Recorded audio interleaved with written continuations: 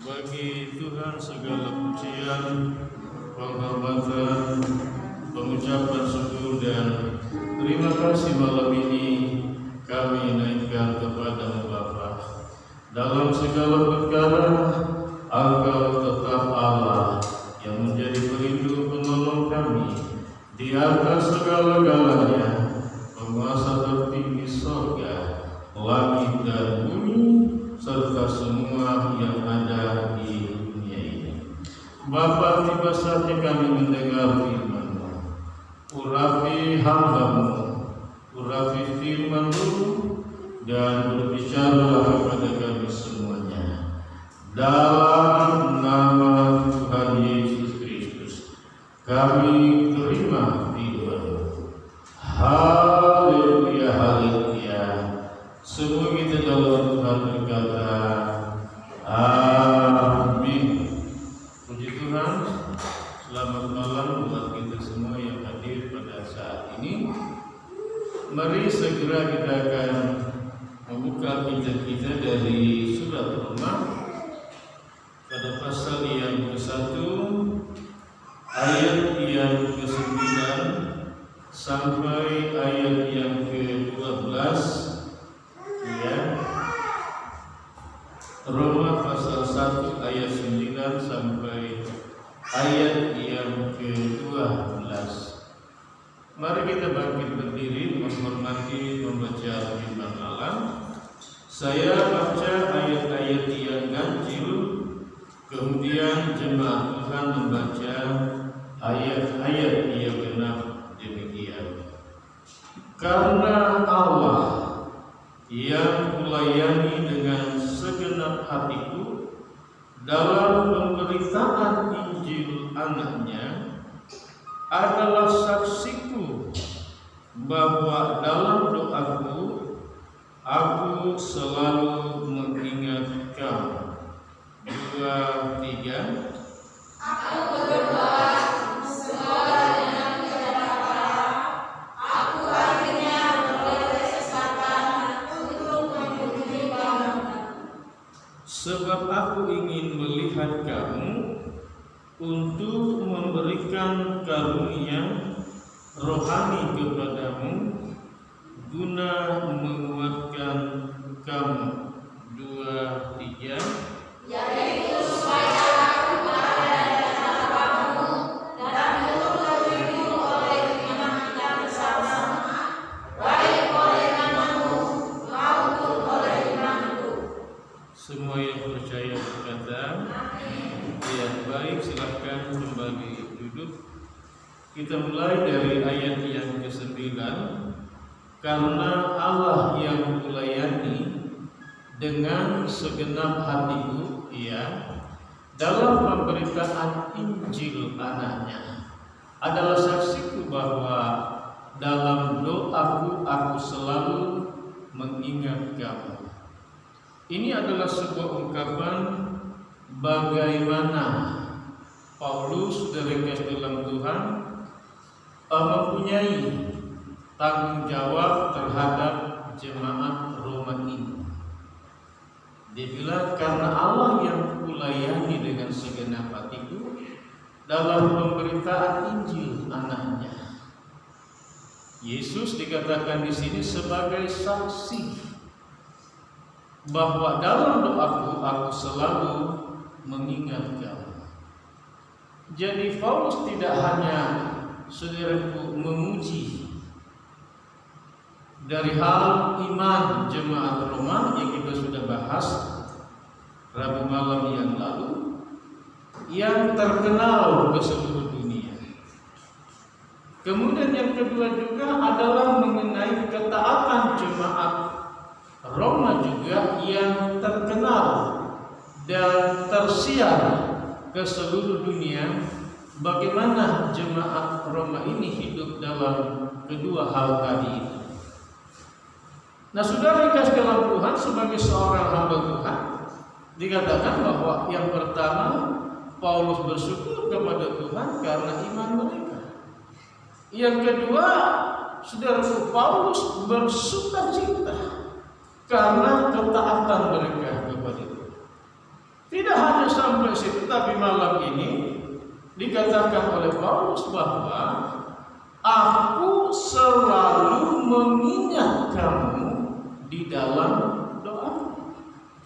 Artinya Paulus selalu berdoa buat jemaat Roma ini, saudara-saudari kasih dalam Tuhan, untuk tetap mempunyai iman kepada Kristus, dan iman ini menjadi iman yang tersiar secara, saudaraku, berkesinambungan atau berkelanjutan. Demikian pula dengan ketaatan, dan bukan itu saja yang diinginkan sebagai seorang hamba Tuhan. Tapi kita lihat dalam pembacaan tadi, bahkan supaya jemaat Roma ini beroleh karunia rohani. Ini penting tidak hanya sampai kepada iman dan ketaatan, tetapi supaya mereka juga sudah dikaruniakan oleh Tuhan, dianugerahkan oleh Tuhan karunia rohani. Nah, itu salah satu adalah merupakan bagian daripada doa Paulus untuk jemaat Roma ini. Kemudian dilanjutkan dalam ayat yang ke-10. Dia berkata, aku atau Paulus berdoa, semoga dengan kehendak Allah aku akhirnya beroleh kesempatan untuk mengunjungi kamu. Mereka ada suatu kerinduan, keinginan Paulus, bukan hanya didengar dari jauh tentang saudara kasih dalam Tuhan, iman dan ketaatan jemaat Roma ini, tetapi Paulus juga rindu ingin supaya ia hadir di tengah-tengah jemaat ini dan melihat saudara kasih dalam Tuhan apa yang sesungguhnya, yang lebih daripada berita atau kabar tentang jemaat Roma ini. Tetapi itu tidak bisa terjadi hanya saudara kasih dalam Tuhan oleh kehendak Paulus, oleh keinginan Paulus, oleh kerinduan Paulus, begitu saudara. Dan saudara perhatikan dalam ayat ini dia berkata, aku berdoa semoga dengan kehendak Allah aku akhirnya beroleh kesempatan untuk mengunjungi kamu. Jadi kita lihat bahwa segala sesuatu yang dikerjakan saudara kasih dalam Tuhan itu tidak semata-mata didasari atas keinginan, atas kemauan, atas kerinduan saudara-saudara, tetapi Paulus berkata aku berdoa, dan di dalam doa itu saudara kasih dalam Tuhan adalah biarlah kehendak Tuhan yang jadi. Ada kerinduan, ada keinginan saudara-saudara, tetapi keinginan itu tidak bisa saudara kasih dalam Tuhan menurut kita. Tapi keinginan ini saudara adalah dibawa kepada Tuhan di dalam doa. Kalau itu adalah kehendak Tuhan, maka Tuhan akan membuka jalan itu. Maka Tuhan akan mengatur segala sesuatunya sehingga Paulus ini dapat mengunjungi atau hadir atau melihat dari dekat tentang jemaat Roma ini. Baik, kita masuk dalam ayat yang ke-11. Sebab aku ingin melihat kamu, untuk memberikan karunia rohani kepadamu guna menguatkan kamu. Dia bilang aku ingin melihat kamu, melihat langsung, ada hadir dan merasakan apa sesungguhnya yang ada di dalam jemaat Roma ini. Dan dia mempunyai banyak tujuan dalam ayat yang ke-11 ini. Apa tujuannya itu? Untuk memberikan karunia rohani kepada jemaat Roma, untuk menguatkan, meneguhkan, bisa juga dipakai dalam bahasa sehari-hari, memantapkan, begitu saudara, kehidupan jemaat saudaraku Roma Jadi bukan hanya lagi saudara dari imannya, dari ketaatannya, tapi melalui lagi saudara karunia rohani yang dapat mereka pakai saudara dalam Tuhan. Iya. Nanti kita akan lihat itu. Lalu ayat yang ke-12 yaitu supaya aku atau Paulus ada di antara kamu. Dan keberadaan kerinduan Paulus di tengah-tengah jemaat atau di antara jemaat Roma ini, yang pertama dalam ayat ini berkata supaya aku turut terhibur. Jadi apa yang didengar itu saudara-saudaraku pada ayat-ayat yang kita sudah bahas, itu membuat Paulus bersukacita. Itu yang membuat Paulus dikatakan bersyukur kepada Tuhan. Tetapi nanti kalau dia hadir di dalam jemaat Roma ini, maka dia akan turut terhibur. Dikatakan oleh apa? Oleh iman kita bersama. Baik oleh iman kamu jemaat Roma maupun juga oleh imanku. Jadi ada satu perpaduan rohani dalam ayat yang ke-12 ini. Nah, saudara yang kasih dalam Tuhan, jadi kita melihat bahwa tujuan Paulus mengunjungi jemaat Roma ini dalam ayat yang ke-11 dan ayat yang ke-12. Yang pertama adalah memberikan karunia rohani untuk menguatkan jemaat saudaraku Roma ini. Dan kita akan melihat saudara-saudara guys dalam Tuhan beberapa bagian dalam ayat ini. Yang kedua, supaya Paulus ada di antara jemaat Roma. Yang ketiga, untuk turut terhibur. Namun kita akan melihat yang dimaksudkan oleh Paulus sebagai karunia rohani, supaya ini dialami oleh jemaat Roma. Kita buka dalam Roma pasal 12 ayat yang ke-6 sampai dengan ayat yang ke-8. Roma pasal yang ke-12 ayat yang ke-6 sampai dengan ayat yang ke-8. Baik, saya baca ayat yang ke-6, jemaat Tuhan membaca ayat yang ke-7, lalu 8 kita sama-sama. Baik, saya baca ayat yang ke-6 demikian. Demikianlah kita mempunyai karunia yang berlainan menurut kasih karunia yang dianugerahkan kepada kita. Sudah perhatikan di situ titik 2.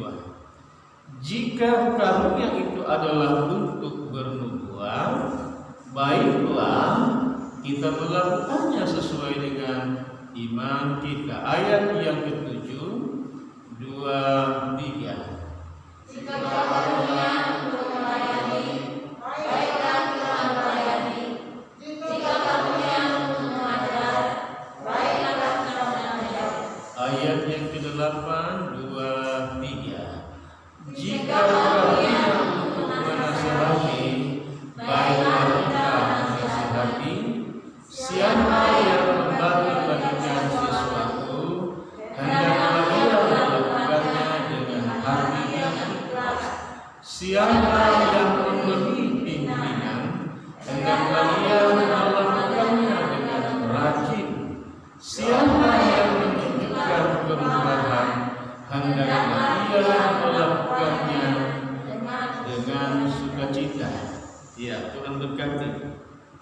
Saudara, ini yang dimaksudkan oleh Paulus tadi dalam kerinduannya kepada jemaat Roma. Ya, supaya jemaat Roma ini, saudaraku, mendapat karunia rohani. Jadi bahasanya begini. Paulus, saya ingin datang ke tengah-tengah jemaat Roma, sebab karunia ini bukan Paulus yang kasih. Ya, karunia-karunia dalam Alkitab itu adalah Allah yang memberikan. Tuhan yang memberikan. Nanti kalau saya hadir di tengah-tengah kalian jemaat Roma, saya akan berdoa buat kamu melalui penumpangan tangan saya. Itu sebetulnya bahasanya begitu. Saya berdoa supaya Tuhan masing-masing memberikan karunia rohani kepada kamu untuk menguatkan kamu, meneguhkan kamu, memantapkan kamu, karena dengan karunia rohani itu yang melalui doa penumpangan tanganku ke atas kamu. Nah, begitu saudara dalam Tuhan, ya. Maka Tuhan mengaruniakan karunia rohani ini sehingga kamu pakai itu bukan lagi hanya iman yang terkenal, bukan saja hanya lagi ketaatan kamu yang terkenal, tetapi kamu menjadi jemaat yang melayani. Melayani dengan apa? Melayani dengan karunia yang diberikan oleh Tuhan kepada kamu. Melalui apa? Doa dan penumpangan tanganku ke atas kamu. Karena sudah panjang ini saya berdoa buat kalian, tunggu ya sampai saya datang. Sebetulnya bahasa yang mudah dimengerti seperti itu. Baik. Nah, kita akan melihat saudara-saudara kasih dalam Tuhan, karunia-karunia dalam pembacaan ayat yang kita sudah baca tadi. Karunia-karunia dalam Alkitab bukan ini saja, saudaraku, di dalam Roma, di dalam Korintus juga ada begitu lebih banyak lagi, saudara. Tapi ini berkaitan dengan jemaat Roma, maka kita membahas di dalam kitab Roma saja dulu. Baik, di dalam ayat yang ke-6, saudara kasih dalam Tuhan, demikianlah kita mempunyai karunia yang berlain-lainan menurut kasih karunia yang dianugerahkan oleh Tuhan kepada kita. Nah, jadi karunia rohani itu tidak semuanya sama, ya, tidak seragam, berbeda-beda. Nah, dalam berbeda-beda ini, saudara yang kasih dalam Tuhan, adalah saling apa itu? Melengkapi satu dengan yang lain. Iya. Jadi kalau umpamanya contoh dalam bait ayat ini, karunia bernubuat, semua bernubuat, siapa yang dengar? Iya, saudara yang kasih dalam Tuhan. Iya. Baik. Jika karunia itu adalah karunia untuk bernubuat, ini yang pertama, baiklah kita atau yang mendapat karunia bernubuat itu melakukannya sesuai dengan imannya atau iman kita atau iman orang yang mendapat karunia bernubuat itu. Saya berbicara dalam dua, saudara yang dalam Tuhan, Alkitab tentang karunia bernubuat ini. Saat ini saya sedang menyampaikan firman Allah. Iya. Tapi saudara perhatikan dalam pemberitaan firman Allah ini, ada yang sudah terjadi, ada yang sedang terjadi, tetapi ada yang belum terjadi. Apa yang belum terjadi itu yang saya bicara, saya sampaikan dalam pemberitaan firman Allah, itu sedang dinubuatkan bahwa akan terjadi ke depan seperti apa yang dikatakan oleh firman Allah. Itu namanya nubuat. Dan nubuat yang tertinggi dari semuanya itu adalah Alkitab ini. Perhatikan baik-baik ini. Nubuat yang tertinggi dari semua nubuat adalah Alkitab atau firman Allah. Karena Alkitab firman Allah ini tidak mungkin dan tidak dapat salah atau meleset. Iya. Berikut saudaraku, ada orang yang diberi karunia untuk bicara apa yang akan terjadi ke depan. Itu sudah saudara kasih dalam Tuhan, terlepas dari konteks pemberitaan firman Allah seperti saya sedang menyampaikan firman Allah kepada saudara-saudara. Tapi itu bisa terjadi setelah penyampaian firman Allah ini, lalu biasanya saya kasih kesempatan untuk kita menyembah. Saudara yang dalam Tuhan, pada waktu menyembah itu, saudara yang dalam Tuhan, muncullah saudara yang dalam Tuhan yang mendapat karunia nubuat itu bernubuat. Tetapi saudara-saudara yang kasih dalam Tuhan, yang terjadi hari-hari ini yang saya lihat banyak tempat adalah nubuat palsu. Kenapa saya bilang nubuat palsu? Karena mau-maunya orang itu menurut rekaan hatinya atau ada yang besar. Karena apa? Tidak terbukti terjadi seperti apa yang dibilang. Itu yang saya bilang palsu, saudara-saudara. Ya, ini yang harus diwaspadai saudara yang kasih dalam Tuhan. Kalau saudara hadir dalam pertemuan ibadah saudara yang kasih dalam Tuhan, iya, saudara, karena kita bilang ujilah segala sesuatu. Jadi akan teruji. Kalau tidak terjadi seperti itu palsu, saudara-saudara. Dari rekaan hati orang itu, maunya orang itu, saudara-saudara yang kasih dalam Tuhan. Sebab itu diuji. Iya, diuji saudara yang kasih dalam Tuhan. Jadi tidak bisa diterima begitu saja, saudara yang kasih dalam Tuhan. Harus diuji. Dan kalau terbukti seperti apa yang dibuatkan oleh orang itu, berarti itu benar dari Tuhan. Tapi kalau tidak terbukti, itu yang saya bilang palsu. Itu rekaan hati orang itu dan mau-maunya, sukanya orang itu nubuat sampaikan seperti itu, saudara. Dan itu mesti ditolak, tidak boleh diterima. Karena apa? Itu menyesatkan saudara-saudara yang kasih dalam Tuhan. Saya mesti jelaskan seperti itu supaya kita tidak sembarang menerima segala sesuatu. Tapi Alkitab bilang, ujilah segala sesuatu dan peganglah yang baik atau yang benar. Begitu. Berikut yang kedua, karunia untuk melayani, baiklah kita melayani. Nah, kalau bicara tentang melayani, yang pimpin puji-pujian tadi melayani, yang main gitar, drum melayani, saya juga melayani sekolah minggu, saudaraku, macam-macam tampil dan seterusnya dan sebagainya itu. Saudara sebagai singa, saudara sedang apa? Melayani. Nah, saudara dapat itu, saudara bisa begitu, saudara yang dikasih dalam Tuhan, itu adalah karunia Tuhan kepada saudara. Karunia Tuhan itu apa? Saudara melayani. Iya. Dan karunia Tuhan yang diberikan untuk saudara melayani sekarang ini dalam bentuk apapun itu, saudara-saudara, iya, dikatakan saudara yang kasih dalam Tuhan, baiklah kita melayani. Baiklah kita lakukan itu dengan kita melayani Tuhan, saudara-saudara. Melayani sesama jemaat, saudara yang kasih dalam Tuhan. Iya. Contohnya multimedia juga, pokoknya semua. Kalau umpamanya saudara yang kasih dalam Tuhan tidak ada, saya tidak akan bisa lihat ke sana, saudara-saudara.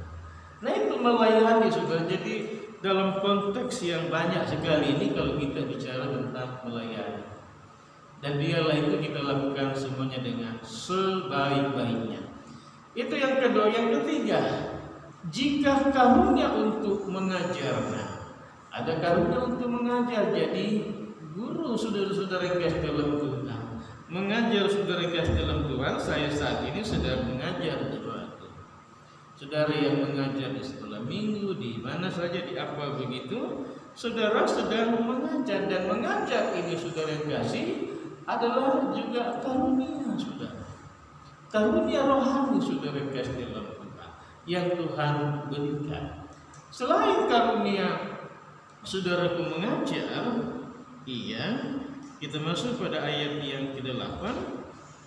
Yang keempat, ayat yang ke-8, jika karunia untuk menasehati, baiklah kita menasehati. Saudara diberi oleh Tuhan karunia menasehati di saudara. Jangan saudara-saudara yang kasih dalam Tuhan simpan ke karunia menasehati. Tapi pakailah karunia menasehati itu untuk menasehati. Dikatakan di sini, baiklah kita menasehati saudara-saudara. Iya.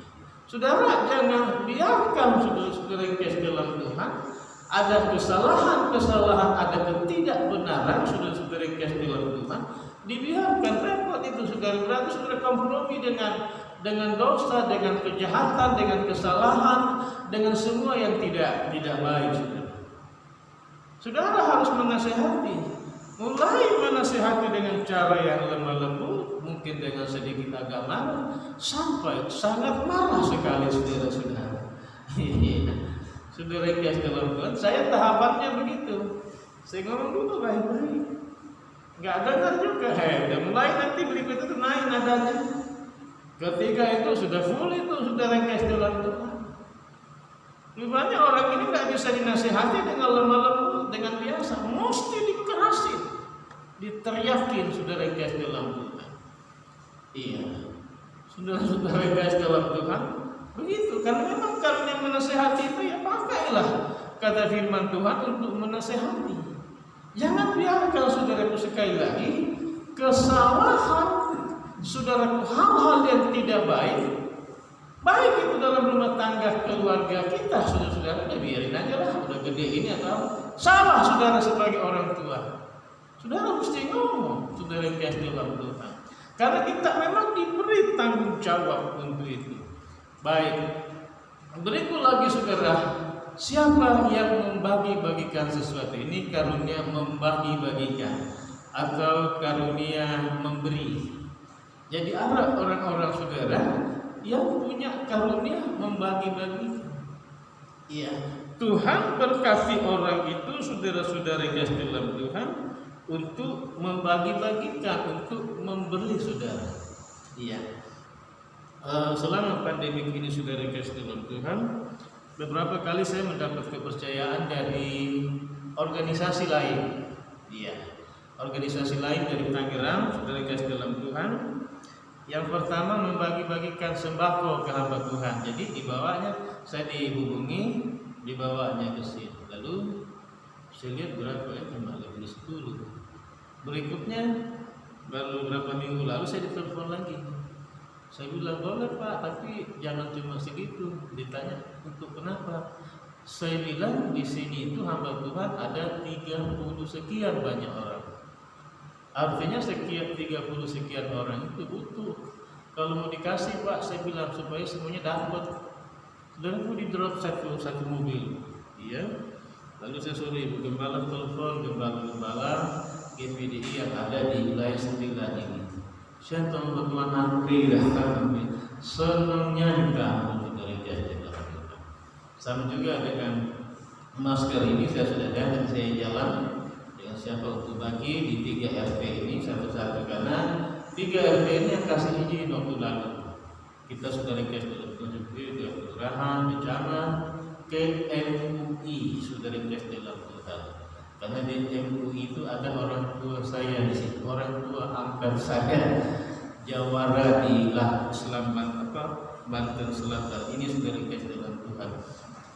Jadi mereka punya karunia itu saudara kasih. Jadi kalau orang tanya dari Pak Daud itu kan saya cuma saluran, saya bilang. Iya. Berikut lalu saudara jemaat, saudara kasih dalam Tuhan, saya orang itu sering masuk kebaktian di sini ya. Yang kalau yang jemaat dapat beras dengan apa itu, ya kami sering ngomong. Lalu saya bilang ya jemaat ini memang waktu itu banyak yang dirumahkan. Saya bilang ada sekian orang mereka perlu. Ada juga yang kerja, tapi waktu kerja mereka itu mulai dipotong, tidak full. Iya. Apa yang saya bisa bantu ya sembako, kalau boleh saya bilang dikirim saudara itu suami istri dengan karyawan mereka datang. Iya. Rapat kita waktu yang lalu, seharusnya kanopi sudah dipasang di depan. Iya. Tapi orang ini karena berapa minggu tidak masuk ke pakaian, saya telepon. Pak, bagaimana kabar di Jakarta? Apa ke 3 Raksa kok tidak pernah kelihatan, tempat duduknya kosong, ketawa-ketawa dia. Padahal ada perlu apa? Saya bilang Pak, kami dengan jemaat rencana pasang kanopi di ke depan. Saya bilang gitu. Iya. Pak, bisa saya bantu? Oh boleh, saya bilang. Nah, saudara rupanya kalau sudah orang tua, sudah 80 tahun, sudah mulai memperlukannya, sudah. Saya tunggu saudara, saya terus paling gak enak ngomong begitu ke dia. Iya, saya diskusi ke bagian tukang, karena kebetulan tukang itu sudah jemaat juga, jemaat Tangerang. Iya, saya bilang saya nggak bisa ngomong Pak, saya bilang saya nggak bisa ngomong, nanti dikirain apa gitu. Saya bilang kok ngejar dia gitu, dan nggak bisa kalau begitu. Saudara guys dalam rumah, Tapi sepertinya ada desakan. Saya lagi duduk tadi pagi menjelang siang di situ sambil belajar. Lalu saya panggil organisme sekian orang. Kita sudah membeli barang, saya sudah pekan, saya sudah ngomong sama tukang, saya bilang tolong dibeli hari ini. Iya. Jangan Pak, nanti saya putus dulu. Ya saya putus itu dulu. Mau lihat itu yang mau dikerjain gitu. Saya langsung telepon yang bagian Pak, dipending dulu. Saya bilang itu orangnya mau ke sini, dia mau lihat katanya yang dibangun itu dari mana ke mana gitu. Nah, saudara yang kasih dalam Tuhan, mereka ini adalah orang-orang yang mendapat karunia untuk saudara itu membagi-bagikan sesuatu apa yang ada pada mereka. Ada juga banyak saudara orang yang diberkati, saudara kaya, tapi pelitnya minta ampun, saudara-saudara. Iya, tapi ada orang yang menyadari, mengerti begitu saudara yang kasih dalam Tuhan, sehingga mereka saudara yang kasih dalam Tuhan membagi-bagikan, memberikan apa yang mereka punya, saudara yang kasih dalam Tuhan, dalam kelimpahan mereka, saudara yang kasih dalam Tuhan. Berikut dikatakan, ya hendaklah ia melakukannya dengan hati yang ikhlas. Jadi orang membagi-bagikan itu saudara yang kasih dalam Tuhan adalah dikatakan harus dengan hati yang ikhlas begitu. Berikut karunia memberi pimpinan. Ini yang keenam. Karunia memberi pimpinan. Saudara-saudara yang kasih dalam Tuhan, ada saudara yang diberi karunia untuk memimpin orang lain. Iya. Yang lebih tepat juga ini ada hubungannya tadi dengan menasehati, membimbing orang itu maksudnya. Iya, membimbing, memimpin orang itu saudara yang kasih dalam Tuhan kepada hal-hal yang benar, kepada hal-hal yang positif begitu. Iya, untuk mengarahkan, membawa orang itu saudara yang kasih dalam Tuhan untuk keluar atau meninggalkan hal-hal yang tidak baik. Ada hubungan dengan menasehati tadi. Jadi menasehati, setelah dinasehati orang ini dipimpin gitu loh, saudara-saudara yang bukan dipimpin untuk diri kita, tapi dipimpin, diarahkan kepada Tuhan begitu. Sampai dia menjadi orang yang mengerti, terbimbing dan terpimpin, saudara-saudara yang dalam Tuhan, dan mengerti saudara yang dalam Tuhan itu, dia itu harusnya kayak bagaimana gitu, saudara yang dalam Tuhan. Ya, kalau dia sudah sampai kepada tingkat dia mengerti tentang dirinya dan tanggung jawabnya harus seperti apa, ya lepas dia saudara yang dalam Tuhan. Iya, seperti begitu.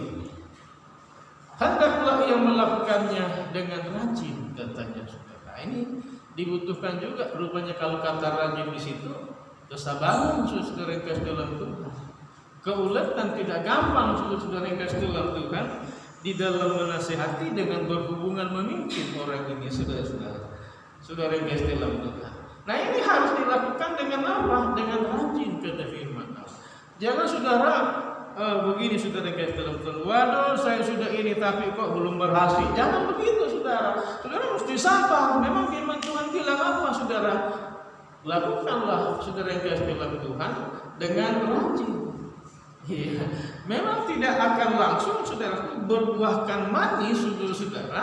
Apa yang saudara kerjakan itu dalam menasihati dan membimbing, ini perlu proses, saudara-saudara, perlu waktu, saudara, perlu saudara kasih dalam Tuhan, kerajinan kita, kesabaran kita, keuletan kita melakukan bagian ini, saudara yang kasih dalam Tuhan. Itu yang keenam. Yang ketujuh, siapa yang menunjukkan kemurahan, hendaklah ia melakukannya dengan sukacita.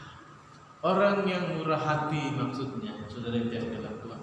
Dalam bahasa sehari-hari dipakai kata baik hati begitu. Nah, saudara yang dalam Tuhan, rupanya baik hati itu, saudara yang dalam Tuhan atau saudaraku bermurah hati itu adalah salah satu karunia juga.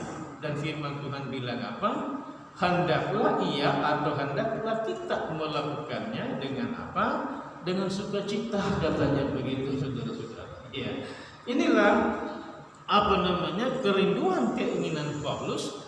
Kalau nanti dia ada hadir di tengah-tengah jemaat Roma ini, saudara kasih dalam Tuhan, dia berdoa melalui penumpangan tangannya, saudara-saudara, supaya karunia-karunia dalam Roma ini, saudara, itu dikuatkan, diteguhkan, dimantapkan kepada setiap jemaat-jemaat Roma ini, saudara, iya, yang memang sudah terkenal dalam imannya dan ketaatannya yang telah tersiar ke seluruh dunia, katanya.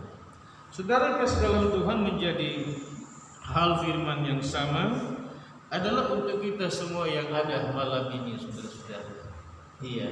Jadi saudara sudah masuk dalam bagian ini, saudara-saudara yang kasih dalam Tuhan. Dan saudara, apa yang saudara sudah dapat, yang saudara kasih dalam Tuhan, marilah kita dengan rajin, dengan setia, saudara-saudaraku, dengan sukacita, kata firman Tuhan, dia melakukan, saudaraku, pelayanan kita itu sebagai karunia-karunia dari Tuhan, ya, yang dia berikan kepada kita. Dan dia ini, saudara-saudara kasih dalam Tuhan, sebagai satu bentuk pertanggungan jawab kita pribadi lepas pribadi kepada Tuhan, saudara. Dan kita kerjakan ini sampai Maranatha, sampai Tuhan datang kepada kita semuanya. Amin. Haleluya. Baik, mari kita bangkit berdiri dan kita masuk dalam doa. Bapa, malam ini kami bersyukur kepadamu telah mendengarkan firman Bapa. Sebagai seorang hamba Tuhan, Paulus berdoa untuk jemaat Roma, dan kami pun sebagai gembala jemaat berdoa buat seluruh jemaat-Mu Tuhan, supaya mereka dikuatkan, diteguhkan dengan Bapa memberikan karunia rohani kepada setiap jemaat-Mu, baik bapak-bapak Tuhan, ibu-ibu, orang-orang muda Bapa yang baik dalam surga. Dan apa yang Tuhan sudah beri kepada mereka, Tuhan, dan mereka sudah sedang dan akan mengerjakan karunia-karunia dalam pelayanan pekerjaan-Mu, dalam jemaat Tuhan, dalam rumah tangga, dalam keluarga, dalam GPD Agape Tiga Raksa ini, Tuhan, menjadi firman malam ini, firman yang menguatkan mereka, meneguhkan mereka, dan biarlah mereka kerjakan semuanya sampai Maranatha, Tuhan datang kembali. Hamba-Mu berhenti berbicara, namun Roh Kudus mula yang meneguhkan dan melakukan lebih jauh lagi, lebih dalam, lebih kuat lagi ke atas setiap jemaat-Mu Bapa. Terima kasih, dalam nama Tuhan Yesus Kristus kami berdoa dan bersyukur. Haleluya, haleluya. Amin.